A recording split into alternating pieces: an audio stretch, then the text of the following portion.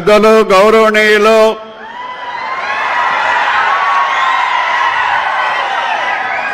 మన చీపురుపల్లి పట్ల అపర భగీరథులు తోటపల్లి తీసుకొచ్చినటువంటి మన గౌరవ ముఖ్యమంత్రి శ్రీ నారా చంద్రబాబు నాయుడు గారికి, అదేవిధంగా హోంమంత్రి గారు, మిగతా మా కొలీగ్స్కి, కలెక్టర్ గారికి, ఈరోజు ఎవరైతే ఇద్దరు పెన్షనర్స్ ఉన్నారో వీళ్ళు, సోదరులారా సోదరీమణులారా, మీకు అందరికీ నా నమస్కారాలు. సారణ అపార భగీరథులని ఎందుకన్నానంటే, ఈ భారతదేశం మొత్తం మీద ఎవరు ఎక్కడ కూడా మీడియం ఇరిగేషన్ ప్రాజెక్టు తనే శంకుస్థాపన చేసి మళ్ళీ ముఖ్యమంత్రిగా వచ్చిన తర్వాత తనే పూర్తి చేసి ఓపెన్ చేసినటువంటి ఏకైక ముఖ్యమంత్రి భారతదేశం స్వతంత్రం వచ్చిన తర్వాత ఒక్క మన నారా చంద్రబాబు నాయుడు గారే అని చెప్పి మీకు అందరికీ నేను మనవి చేస్తున్నాను. మరి చీపురుపల్లి అని అంటే 27 తాలూకాలు భారతదేశంలో ఉంటే ఈ తాలూకాలో కూడా ఇది రాకముందు వర్షాలు 6 సంవత్సరాలకు ఒకసారి మనకు పంట పండేది.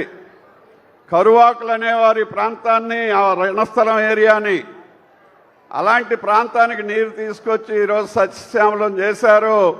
మరి ఏడాది ఉండేటటువంటి ఆ చివరి వరకు కూడా మధ్యలో వచ్చినటువంటి ఒక దెయ్యం వచ్చింది. ఆ దెయ్యం వల్ల 5 సంవత్సరాలు కూడా పూడికి తీగిపోవటం వలన నీరు రావడం, 5 సంవత్సరాలు పంట లేదు. మళ్ళీ తెలుగుదేశం వచ్చింది, చంద్రబాబు నాయుడు గారు వచ్చారు. ఈ ఏడాది తప్పకుండా లాస్ట్ ఇయర్ పండింది, ఈ ఏడాది కూడా అదే విధంగా తెలుగుదేశం ప్రభుత్వం పండిస్తుంది అని చెప్పి మీకు అందరికీ నేను మనవి చేస్తున్నాను.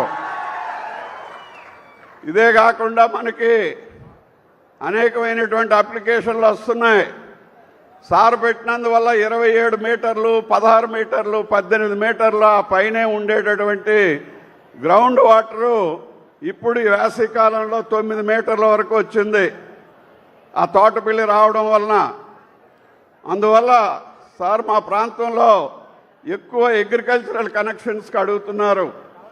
ఈ 2 పంటలు పండించుకోవడం కోసం, హార్టికల్చరు మరి చెట్లు వేసుకోవడం కోసం, పండ్ల చెట్లు వేసుకోవడం కోసం, అది కూడా దృష్టిలో ఉంచుకొని మరి మీ అందరి అవసరాలు ప్రభుత్వం తప్పకుండా తీరుస్తుందని చెప్పి మీకు అందరికీ నేను మనవి చేస్తూ, అలాగే మన చీపురుపల్లికి సంబంధించి కరెంటు కానీ ఎక్కడ ఆగకుండా ఇస్తున్నాం. మరి మనకు ఆర్ఈఎస్ సమస్య ఉంది. ఆ సమస్య సార్ దృష్టిలో పెట్టి దాన్ని కూడా పరిష్కార మార్గానికి తీసుకొస్తాము అని చెప్పి సార్కి చెప్పి తీసుకొస్తామని చెప్పి మీకు అందరికీ నేను మనవి చేస్తూ, మనకి కొత్తగా మొన్న విశాఖపట్నంలో జరిగినటువంటి ఆ మీటింగ్లో ఉన్న మీ ఇండస్ట్రీస్ అన్నీ పోయినాయి. కాంగ్రెస్ టైంలో 20 ఏళ్ళు ఇక్కడ వెలగబెట్టినటువంటి పెద్దలందరూ మరి వాళ్ళ హయాంలో మరి మనకిక్కడ ఉండేటటువంటి ఫ్యాక్టరీలన్నీ మూతపడిపోయినాయా లేదా? మూతపడిపోయా లేదా? మళ్ళీ ఇప్పుడు ఒక స్టీల్ ప్లాంట్ రావడానికి వాళ్ళకి పెర్మిషన్ ఇచ్చారు.